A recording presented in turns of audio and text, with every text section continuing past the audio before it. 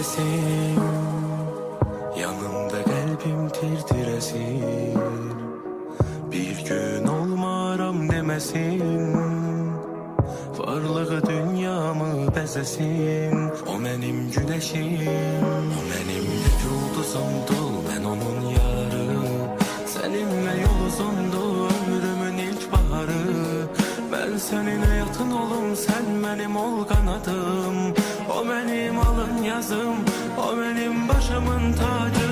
Ay tenli kadın, adının sol yanında var benim soyadım. Yuhudan her seher öpere yolu oyadım. Dünyanı gözlerinin renginde boyadım. Seni çok aradım. Ay tenli kadın, adının sol yanında var benim soyadım. Yuhudan her seher öpere yolu oyadım. Dünyanı gözlerinin renginde boyadım. Seni çok aradım. Bir üzüm, sevinçli var yüzünde gülüşüm. Taşıyacağım parmağımda bir üzüm.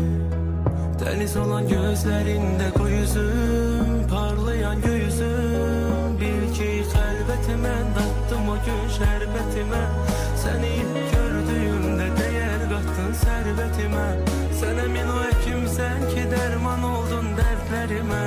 Sen emin o meleksen ki konak oldun cennetime. Bil ki kalbetime dattım o gün şerbetime. Seni ilk gördüğümde değer kattın servetime. Sen emin o hekimsen derman dertlerime. Sen emin o meleksen konak ol cennetime. Ay tenli kadın, adının sol yanında var benim soyadım. Yuhudan her seher